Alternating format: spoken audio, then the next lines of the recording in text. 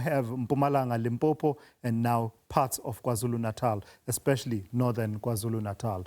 In fact, sticking with that theme of floods, flood victims in Makhuva village outside Giyani in Limpopo are calling for the provincial government's urgent intervention.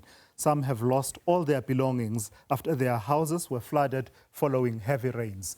Flood victims say they desperately need humanitarian assistance, and the SABC News reporter Nonhlanhla Ntshingila has the latest on flooding in Limpopo. She is at Tswinga Village outside Thohoyandou.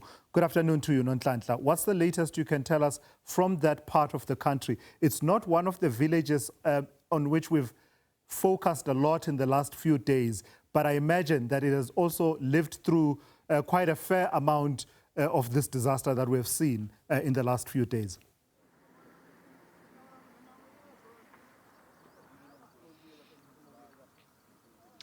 Good afternoon to you, Sizwe, and to the viewers at home. You know what they say, that the goodbyes are never guaranteed when it comes to news.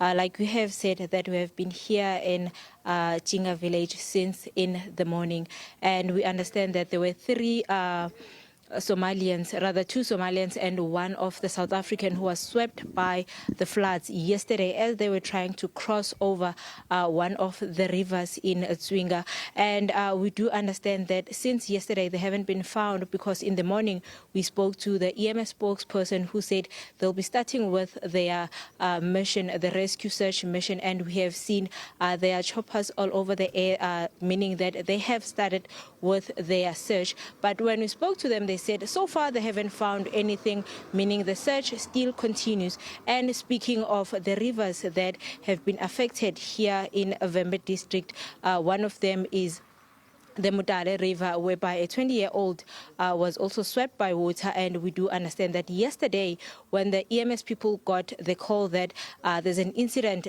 in Tswinga Village, they were that side at Mutale River, whereby they were busy searching for Lindelani. But unfortunately, they had to stop the search and come try and commence the search this side, but unfortunately it was called off, and they continued this morning, hoping that we're going to get information from them a bit later on.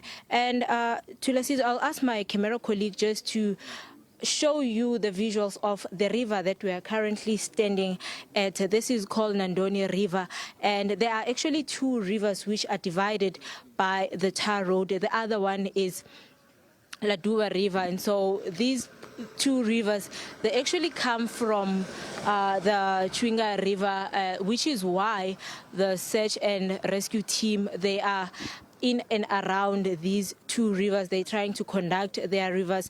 Earlier on, we saw on the other side, the other river, we have spotted some of the few shoes there. We spotted some oranges, leftovers of oranges, and also some biscuits and snacks. I don't know if ever my camera colleague just can zoom in so you can see that we see some of the community members. We believe that it's the community members. Well, that's what we heard. They are in the boats. We see two boats for now. It's actually three boats.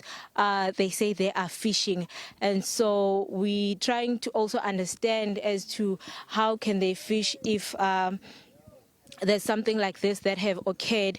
And also just to mention another thing to Lesizo, in the morning it was extremely hot here in Limpopo. Let me speak about Vembe, where I am currently stationed. It was extremely hot in the morning, but right now we can see that the weather is changing, which surely shows that the weather this side is indeed unpredictable. And when you look at the clouds, it shows that it's about to rain. And as we were about to leave, thunderstorms started striking. It looks like it will rain soon enough, and so we hope that we will hear more from the EMS, as they have promised that they will update us once they find something. And also just to mention something in passing, yesterday in the morning there was a child that was swept away by water in Tswinga Village, but the child was recovered. And also on Friday, there was another incident whereby a 9-month-old child was also swept away by water, but unfortunately the residents managed to help the child and rescue the child, and now what we know is that the child is in hospital. Yesterday we briefly spoke to the mom, and she did say that she is indeed grateful that her child is alive. But for now, Thulasizwe, let me hand it back to you in studio.